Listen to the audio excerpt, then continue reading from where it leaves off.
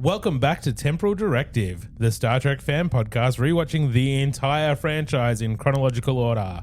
I'm Gary. And I'm Tom. And this week we're watching Star Trek Enterprise's Twilight.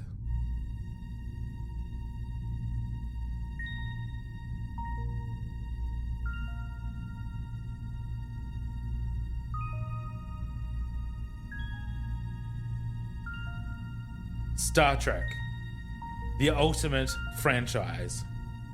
These are the podcasts of the Wakefield brothers. Their 16-year mission to watch every production, to seek out life lessons and new inspirations, to boldly watch like most fans have watched before.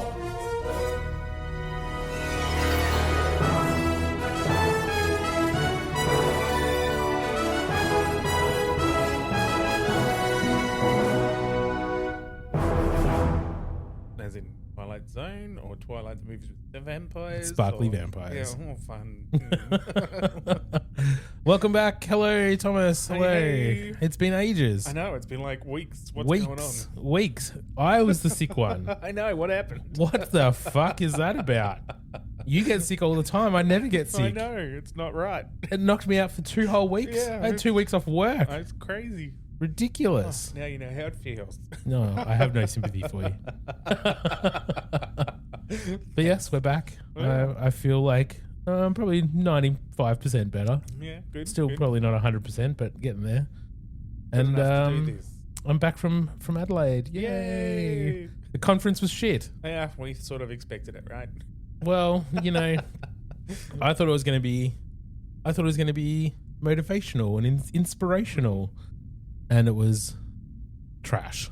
It's a shame. Yeah, it's a real shame. Mm. But I was there for a few extra days with my friend Parker, and we had fun. Oh, nice. Excellent. So we ate some food.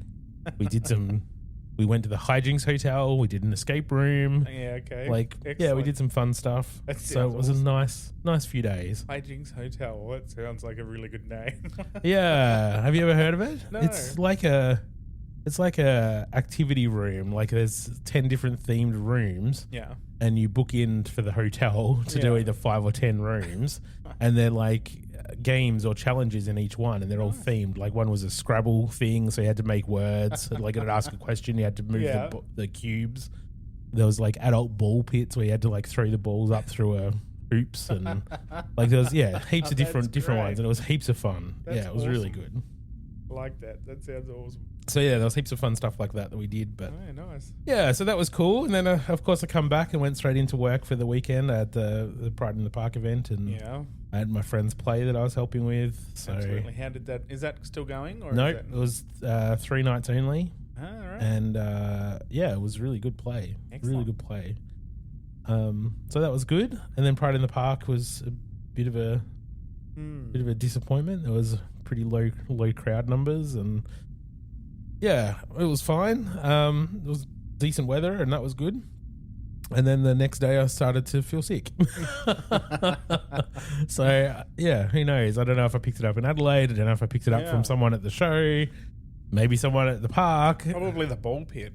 Could have been the ball pit. Probably the ball pit. That was the last day in Adelaide too. Yeah. so. Okay. Yeah. Yeah. Are they historically not the best for hygiene? Yeah, that could have been it.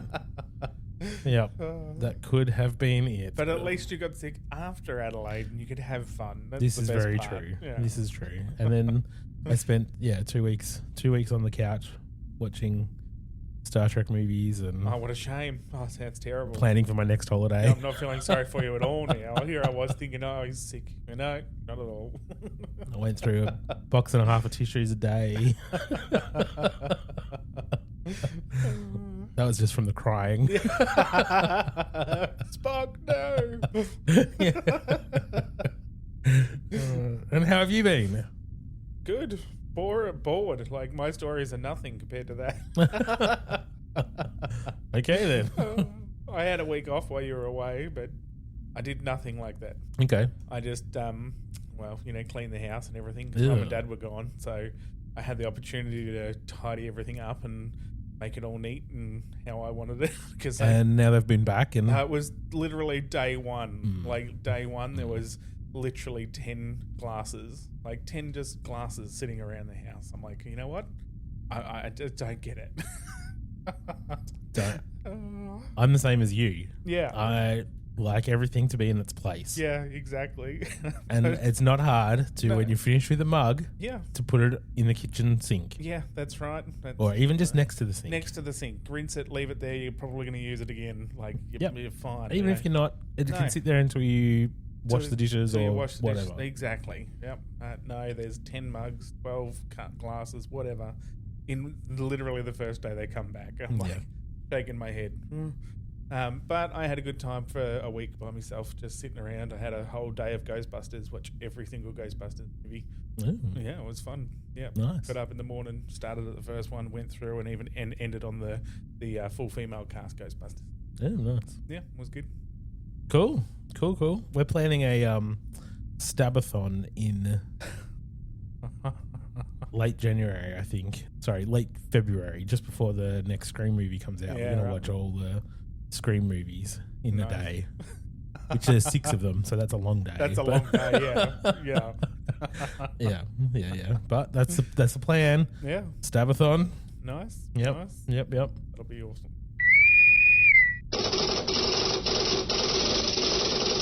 In Star Trek news, Paramount Pictures has announced a new Star Trek movie. So this will not be a Kelvin Universe movie. It will not be the origin film that was discussed a while ago. This will be an all-new movie being developed by Jonathan Goldstein and John Francis Daly, who did the Spider-Man Homecoming and Dungeons & Dragons Honor Among Thieves movies. It'll be all new characters, an all-new concept, and probably not likely to be another Kirk Spock reboot. What was the last movie we had? Section Beyond. Section 31. That was a TV movie though. Still, that was not great. Yes, well that is not these people. No, I suppose not. Paramount just got sold to Skydance, so there's a whole new CEO that's a big Star Trek fan. Okay. Who was a producer on the Kelvin Universe movies. Right. And he has said that Star Trek is a priority to get right. So we and I shouldn't feel cohesive. I shouldn't feel scared about this then. No, I would not feel scared about this. Okay, all right. Okay, good. And I think Spider-Man Homecoming was a decent Spider-Man movie. Yeah. I haven't seen Dungeons & Dragons Honor Among Thieves. Neither have I. Because I don't care. No. But it looks like it's kind of funny. It looks like it's done the right way for people. Everyone seems to like it that like Dungeons & Dragons. So. Yeah. I think it'll be fine. We'll see what happens, but... Yeah, we'll see what happens. But that's the big news. There's also like a Lego set coming out. I think that comes out soon. Like it looks cool, but I'm probably not going to buy it because it's too expensive. That's the problem. I don't want to spend that much money. Yeah, but it's cool. It is cool. Yeah. It is cool. If I had money, I would buy it, but I'm not. Lego, if you're listening, we'll take one. We'll do a review. We're just about to get into videos. Yeah, we've been thinking about expanding into video, so we can start with that. We'll start. Yeah. No one watches us yet, but sponsor a video. All right, let's get into this week's episode. It is called Twilight, not vampires. What a shame. Not vampires. I guess it could be Twilight Zone. Yeah, could be. Maybe. Written by Michael Sussman, directed by Tom Paris, Robert Duncan McNeil. This is his third of 4 Enterprise jobs. The original air date for this episode was November the 5th, 2003. And the IMDb synopsis reads, His memory crippled. Archer awakens years in the future after the Xindi have reduced Earth to a cinder and the remnants of humanity have settled on a distant planet. Now, Archer learns that he may be the key to undoing this tragedy. Well, that all sounds like bullshit. What do you mean that sounds like bullshit? Why does that sound like bullshit? I don't know. It just sounds like something aliens would do to humans to trick them into something. Oh, so you're thinking like Future Imperfect in Next Gen with Riker and the Romulans. Yep. Do you think they'd really do something exactly the same? In Enterprise? No, they'd always come up with their brand new ideas. Well, this might change your mind, this episode was originally pitched as a Voyager episode and was meant to be about Janeway and Chakotay. And it got reworked into an Enterprise script. Interesting. Okay. Piqued my interest. Well, let's go watch it then. Alrighty. And we're back from watching Twilight. I mean, all the Twilight. sparkly people. Glittery vampires. Thank God they weren't here. Vampires are not meant to be glittery. Anyway, we're not here to talk about that. All right. Thank fuck. What did you think of Twilight, Tom? I actually liked it. Yeah? Yeah, I actually quite enjoyed it. You liked an Enterprise episode? Yeah. Actually, Is everyone listening? Yeah. I'm glad we're recording this. Actually, I actually don't think there's much in this I didn't like. Really. Yeah, right. Yeah, it was actually a really very well done episode. Well paced, well acted, well everything about this episode I How actually really liked. good was Scott Bakula in this episode? Excellent. He was absolutely Like, excellent. Like Yeah. he should have done this and then left TV. Like, Archer and T'Pol in this episode are so good. They like are. this whole story hinges on their relationship and the chemistry between those two characters and actors, and this is the strongest performance I've seen from both of them. I think this is a fantastic episode. absolutely, it is. It is really, really good. To steal a phrase from the influencers I've seen online, it's giving The Visitor, it's giving like yesterday's Enterprise. It's Like, giving Future Imperfect. Like, it's amazing. But yeah, I really love this episode. I think this is probably the best episode of the series. Yeah. Okay. Yeah. Understandable. From memory. Not that I've watched Enterprise a lot, so there might be something in season 4 that's better, but I don't think so. I think this is definitely the best episode of this season, and I think it's the best episode of the series. Well, this is compared to what we've had recently. Like, we've had some real shockers. Yes, we have. So I wasn't expecting this to come out. This is actually really, really good. This is top line stuff. Yeah. Yeah. Also, they settled on SETI Alpha 5. Like, are humans destined to be destroyed in this timeline? You can pick a worse place. Just give it a couple of decades and you're going to get wiped out again. It's just bad luck.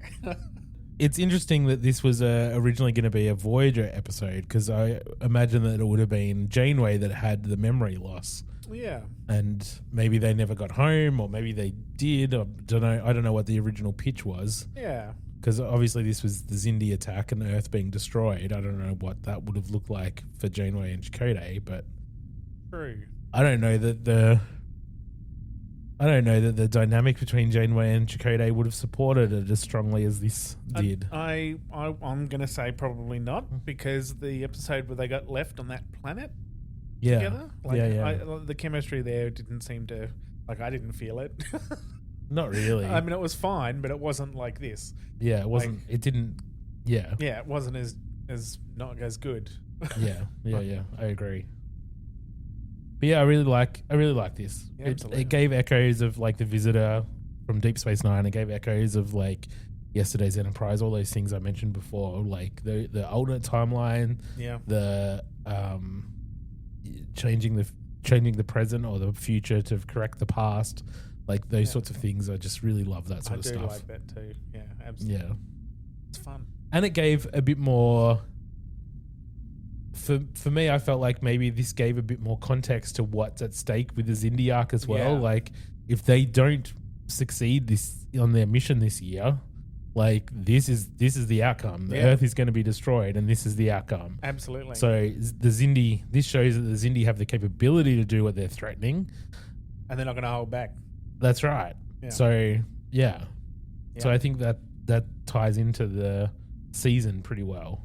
Yeah, it was sort of well done, well timing Like, yeah, well it timed. definitely well timed Yeah. because there's been so many poor episodes this season, been and it so sort of crap. started okay with the threat and the going after the Xindi and whatever else, and it's been downhill pretty much since. Yeah. And when you don't care, when the stories are boring, you just lose the threat. Just like whatever, blow them up. Who gives a shit? Yeah, that's exactly right. But now I care again. Yeah, especially when you see Earth get exploded, that's probably a bit like, We don't like that. Yeah, that's probably not going to go well. All right, let's get into the episode. Okie dokie. All right, we open on Archer waking up by being jolted by the ship being rocked. He calls to the bridge and no one answers, so he runs out into the corridor and a security guard says that he has orders to keep him there. And he says, orders? From who? Yeah. And the guard says, the captain. And we all go, what? He is the captain.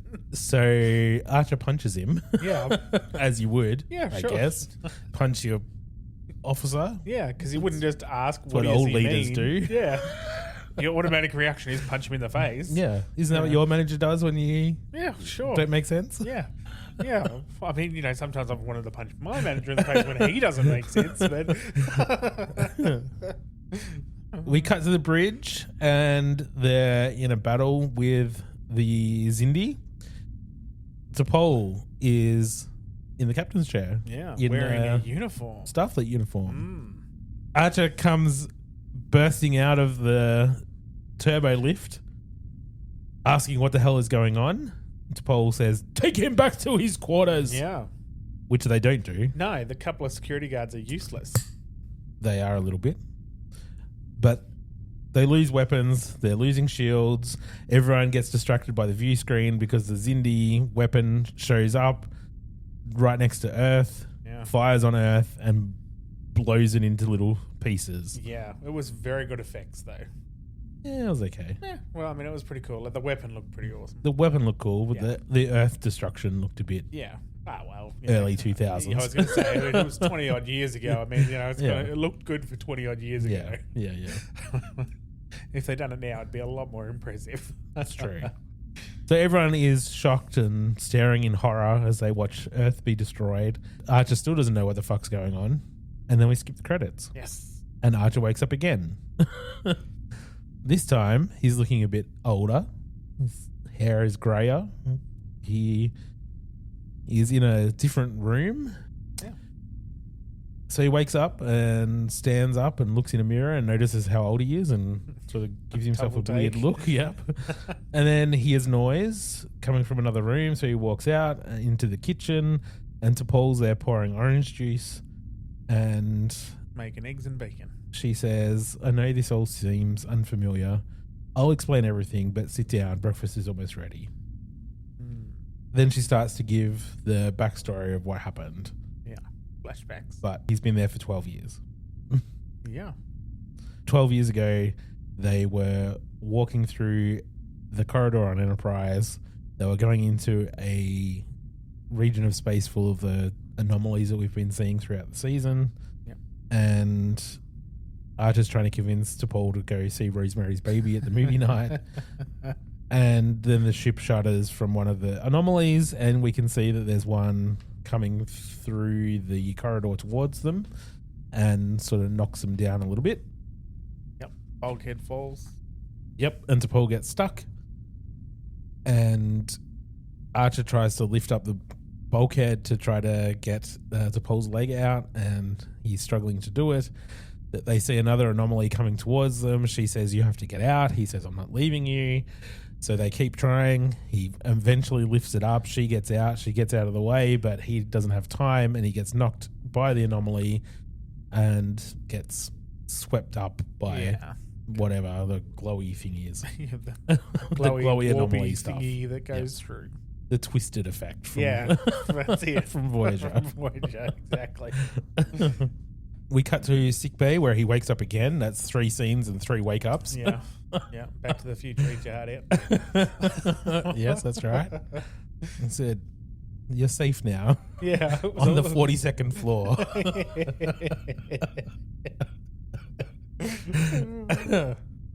Phlox asks how he's feeling. He says like a shuttle pod landed on his head, and he asks if anyone else was hurt in the anomaly field.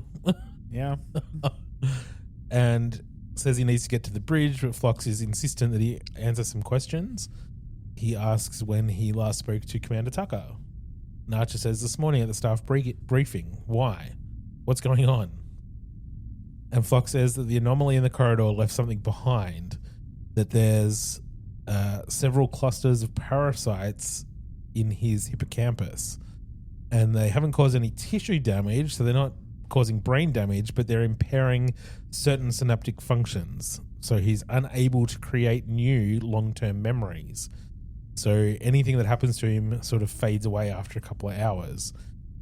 He says that he's been in sickbay for the last 3 days, and he spoke to Commander Tucker 7 hours ago when he came to see him in sickbay. But Archer looks very confused because he doesn't remember any of that. Yeah. Doesn't remember being there for the last 3 days. He asks if they can be removed, and Phlox says that so far that they haven't responded to any therapies, and he's got some ideas on different antigens to try to remove them, but he says he won't stop working until he finds a cure. Yeah. And T'Pol on the voiceover says that the doctor continued to search for a remedy over the next several weeks, and Commander Tucker and I did our best to keep you updated each day on the progress of our mission as we cut to the captain's mess. And Trip, T'Pol and Archer are eating, and they're doing exactly that, trying to keep the captain up to date, saying that they followed a Xindi ship. It ended up being a garbage scour. Archer says that he's got an idea for different upgrades of the antimatter inducers, and Trip's sideways. Yeah, you might have given us this a week ago, boss. I mean, they're working well, but yeah, I should probably get out of here and go and do my job. Felt very awkward, didn't you? Yeah, that's right. And Archer says that maybe it's time we stop doing these daily briefings. Like, I just feel like it's wasting your time and Trip's time. T'Pol says that she disagrees, that they both rely on his experiences and that he can still contribute to the success of the mission. For now. That's right. Then she says when the anomaly hit that she urged him to leave her behind, and if he had done that, it's likely that she would be the one suffering from this condition. And he says, fortunately, I don't take orders from you. And then she expresses her gratitude for what he did, and Archer says there's not much point thanking me. In a few hours from now, I won't remember. Yeah. Oh, well, that's fair. Yep. You won't. It is true. Then we see T'Pol in the corridor. Hoshi calls from the bridge, says that there is a subspace message coming through from Starfleet, and over the voiceover, T'Pol says that this was a conversation she was not looking forward to having. Then we cut back to the future in Archer and T'Pol's house, and T'Pol says that the phone call was from Admiral Forrest, and that the Command Council had reviewed the doctor's report on Archer's condition back in the day, and she was promoted to captain. Good for her. Yeah. She also says that the organisms that Phlox was investigating, he discovered that they lived outside of normal space-time, and they exist in a state of interspatial flux. That's why none of the treatments that he was trying had any effect. Then Archer asks about the mission. Did they find the Xindi weapon? And T'Pol says that after several months of searching, we learned where the weapon was being constructed, but the Xindi knew we were getting close, and they dispatched 2 vessels to intercept us. And then we cut back to the past, and we've got 2 Xindi reptilian ships attacking the Enterprise. Travis is dead. Yep. Just like that. Yep. He dead. Yep. On the floor. Mm-hmm. Has he even had any lines for the last few weeks? Wait, if he did, they weren't memorable. So they're under attack. It's getting bad. One of the nacelles is knocked out. one of the Xindi ship docks on the starboard docking port to board, and they send some security teams. There's lots of fighting. There's a big fight with Archer and one of the Xindi Galaxy Quest Xindis. He eventually stabs him with Zephram Cochrane. Yeah, with the little model. A little statue. Enterprise loses its weapons. T'Pol asks if the Xindi ship is still docked, and Reed says it is. So she kicks out the temporary pilot and takes over, grabs the joystick, and basically spins Enterprise to put the docked Xindi ship through the other Xindi ship, knocking them both out and destroying both of them, basically. Yeah, ramming. But it also damages the Enterprise starboard nacelle, like pretty badly. Yeah. And we cut to the Situation Room a little bit later. Phlox is saying that 13 of the crew are dead, 22 are injured. There are several critical injuries. Reed says there's 9 Xindi prisoners, but the brig was only designed for 2. Trip says blow the rest out the airlock. Yeah, you can tell he's not happy. He's not happy. But T'Pol says put them in crew quarters under heavy guard. How are the repairs coming along?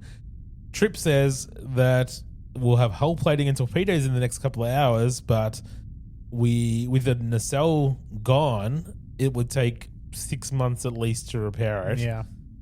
So the best we can do is warp 1.7 until we get that repaired. Yeah. So that is a long time. Yeah. It's nuts. She dismisses everyone, and everyone leaves except Trip, and then he has a go at her. Like, why would you ram the ship? Okay, what were you thinking? Yeah. Everything has gone shit since the captain got sick. This is bullshit. And she basically says, you got a problem with that? Talk to my manager. Pretty much. Yeah. There's a suggestion box over there. Yeah. Right next to the fireplace.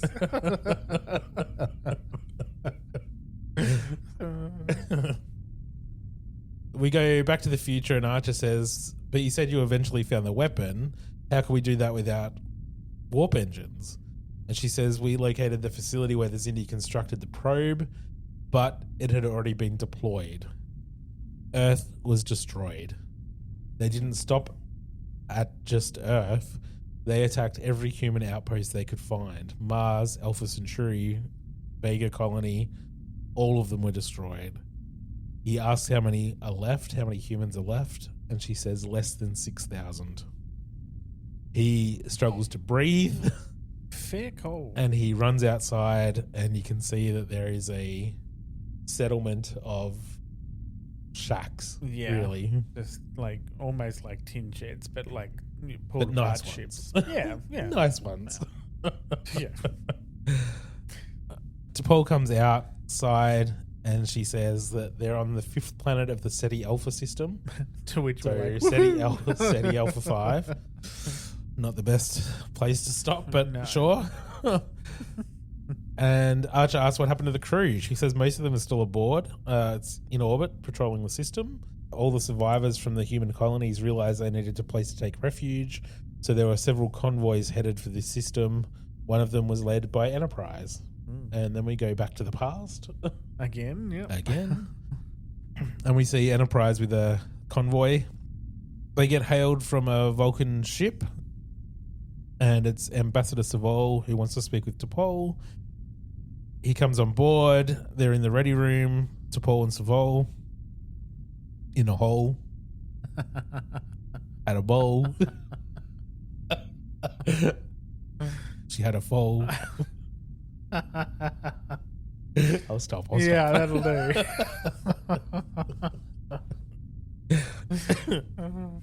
So they're in the ready room, and Savol's basically saying, come back to Vulcan.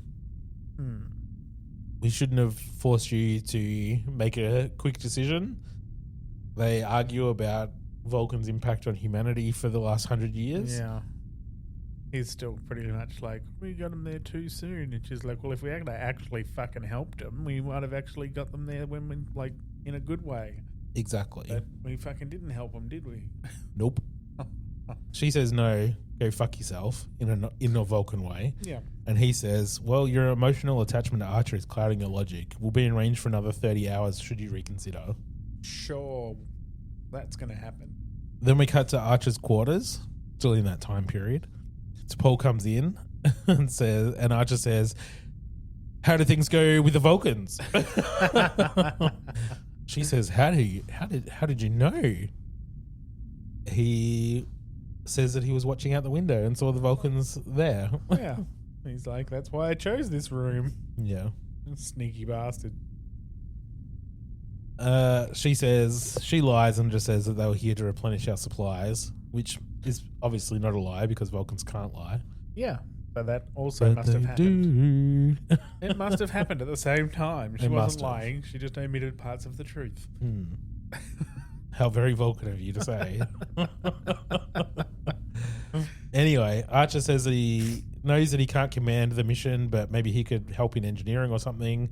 She says, we tried that a few months ago and it wasn't real good. So he's getting frustrated. Like, what am I supposed to do? Just stay in my quarters all day? And she says, well, you often take Porthos for a walk and visit the classrooms. The children love hearing about your missions. Yeah. Yeah. So anyway, he's quite annoyed. He's useless. Yep. Yeah. Then the voiceover says that after nearly a year, they arrived in the Ceti Alpha system and that their convoy was the only one to reach the system. All the other ones had been attacked and destroyed. In the ready room, when they first arrive at Ceti Alpha, Trip's saying that the planet is barely M-class, which tracks. That's pretty much what we know from Space Seed. Yep. And he says maybe we should have picked one with a little more blue and green on it. And he says he wants to start scouting for colony sites, but she says you're needed on Enterprise. The civilian leaders are going to want to meet with you. He says, I think they would rather meet with you. You're the one that they need to deal with. And she says that she's resigning her commission. She's going to go to the surface with Archer because he'll need a caretaker, someone he trusts, and she can't be in two places at once. And he says, you're making one hell of a sacrifice. Why? And she just says, I have my reasons. And that's it. I mean, you know, she could have just said guilt. Like, yeah. Could have just said. Compassion. Like, it's not like she hasn't worked with this guy for how long. And Exactly. Like, he wouldn't know. And it's not like it's his best friend. And Exactly. like, it's not like he wouldn't understand. Like, what the fuck?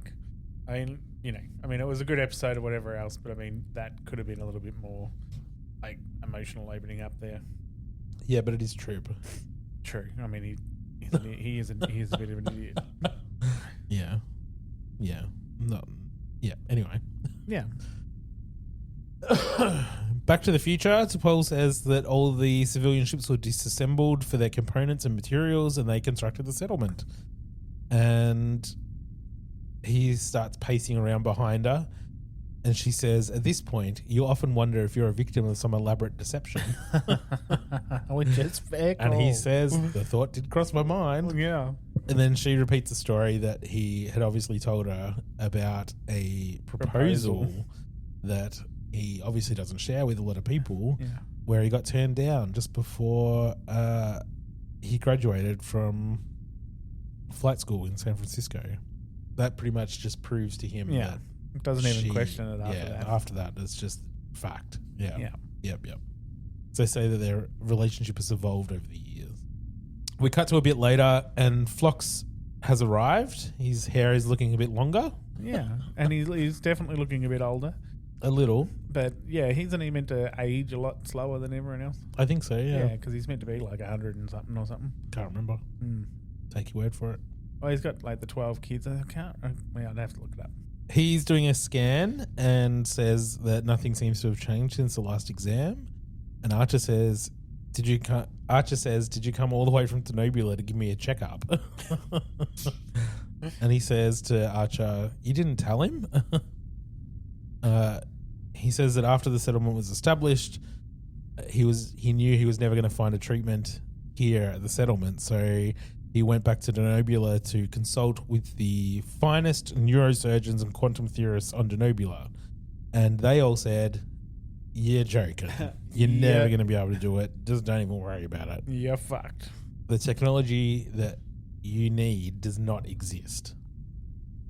And Flock says that they were right. It didn't. And it took 10 years. It took a decade for us to make it, but now it exists and it's time to try it out. Yeah. But we need a warp-powered ship to test it. We need the power from the warp engine to use the equipment. Yeah.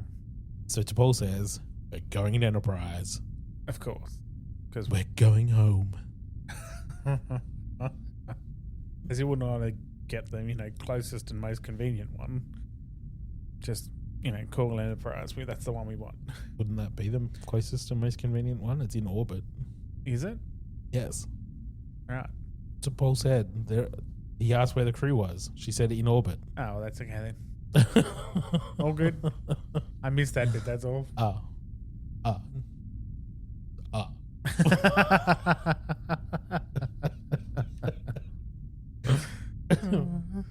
So we cut to Enterprise at the docking hatch. Trip's there to greet them as they arrive. He's gone a bit grey too. Archer comes on board. There's some nice pleasantries while he meets everyone. Yeah. Reed's grown a goatee like he's from the Mirror Universe. Yeah, he looks terrible. But he's just been promoted to captain as well. He's going to take over the Intrepid from Captain Ramirez. Feel sorry for that crew. Well, I don't think Trip's captain material either. No, I don't think he is either. I don't like. I'm sure he's a great engineer, but I don't think he's really captain material. But no, he proves it later as well. yeah. Anyway, Hoshi's there. They hug, and Trip says there's a reception in the mess hall if you're feeling up to it. And Flock says, "Let's go to engineering first. Let's do what we're here to do." Yeah, fair. We cut to engineering, and they're setting up the equipment. Flock says that they need to use a highly focused anti-proton beam to eradicate the parasites, and they're just going to do one of the clusters today. Yeah. And Archer says, why don't you just do them all at once? Yeah. And Phlox says that the procedure has never been attempted. We should move cautiously. We don't know how it's going to react, all that sort of crap. Sure. And it'll take an hour to calibrate the emitters, and then we can get started. We cut to Archer's quarters a little bit later, and he's sitting in there by himself, and T'Pol comes in and says, you left the reception early? And he says, it was a little disturbing. From my perspective, I saw most of these people just a few hours ago. Yeah. And they were a lot younger and prettier. Yeah. Yeah. And they have a nice moment here where he says that it couldn't have been easy for you telling me the same story over and over again for 12 years. And she says, I don't always tell it in as much detail. That's fair. Yeah. I'm sure someone she's just like, man, whatever. Like, can I just sedate you? Fuck. Yeah, that's it. That's it. I just want a day off. It doesn't fucking matter why you're here. You're here. I'm here. Eat your fucking breakfast. Lucky Vulcans are better at suppressing that. Because if she was human, it would be fucking hell. Can you just eat your fucking eggs and shut up? I've written it down. Read that while you eat your fucking breakfast. Wasn't there a videotape in 50 First Dates? Yes. That would be easier. Put it on video. Watch this. If you have any questions, ask somebody gives a fuck. Anyway, it's a nice moment where he says that he's grateful for everything that she's done. And then he is going to say, if this works, he was going to say something, but they get interrupted because Fox calls and says, we're ready to go. Yeah. Get on down here. But we cut to the bridge instead, and Reed says that they're picking up an intermittent uranium signature orbiting the sun. And Trip says, well, we better go check that out. So lay in a course. Because we're not busy right now doing anything else. Well, I assume Enterprise is responsible for planetary safety. There's 3 other ships around. Not the point. There's 3 other ships. Let them go and do it. We're busy doing something. Send one of the other ships. It's Trip. Yeah, he's a cockhead. Righto, fair enough. So we cut to engineering. And Archer is lying in a tube with all these lights flashing about. And Phlox is doing the thing. And they increase the millicochrons or whatever the fuck they do. And a bunch of the parasites vanish from the monitor that they're looking at. They turn the equipment off and Archer sits up, and then we cut to the bridge. Yeah. They say there's a small vessel just outside the chromosphere, and it's not a Xindi ship. They open a channel, and the ship starts to fly away. Run away. So they shoot it. They shoot out the nacelles and bring it into the launch bay. And then we cut to sick bay, and Phlox says that there are no trace of the parasites that were targeted, and so everything seems to be working. Yeah, went as according to plan. Yeah. And then while they're scanning, he says to Paul, I understand I may have a passenger on my voyage home. And she says that she's going to stay at the settlement for a while because he may need some help during his recovery. Phlox says, have you told the captain how you feel about him? It's obvious you've become quite attached. And she sort of turns away because she's embarrassed. Not that she would say that. No. And he says it's nothing to be ashamed of. Vulcans experience the same emotions as any other species. They're just better at hiding them. Which is completely accurate. Absolutely accurate. And she says, I'm not hiding anything. He risked his life to save me. I'm merely repaying a debt. And he says, I can only imagine what it must have been like, spending all those years in that house, learning so much about him, yet he remembers nothing about you beyond the day he became ill. If we're successful, perhaps things will be different. And she thinks about that for a second while she's looking at the scans. And then she says there's a discrepancy in these scans. Yeah. And then we cut to the brig. There's a Uridian who they've picked up from the ship. And he says that he is a Regilian flame gems trader, which are illegal. So he was running because he thought he was gonna get arrested or get in trouble or whatever. So he's jettisoned his cargo and whatever else. But they're not convinced. They believe that he's there to spy. Because they're information dealers. So Trip's like, who sent you? Who sent you? Yeah, roughing him up. Who sent you? Damn, 3 times.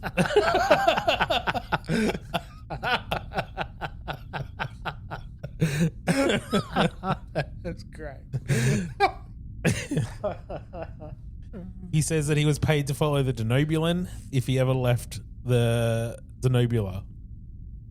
And Trip says, what did you tell them? Answer me. And starts to rough him up. And we cut back to sickbay. Trip arrives saying, what's the problem? Phlox says, your engineers won't let us continue with the captain's treatment. And Trip says, those were my orders. I'd do anything to help the captain. No. But we've got bigger problems at the moment. So he won't do anything. No.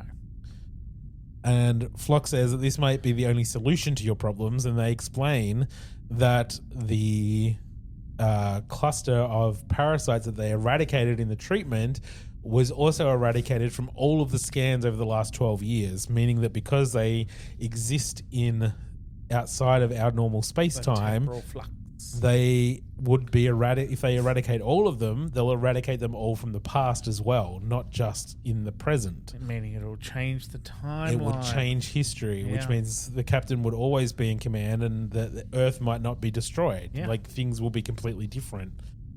But Trip, being Trip, doesn't fucking listen and says, we need all the power we've got for weapons. Sorry. Yeah.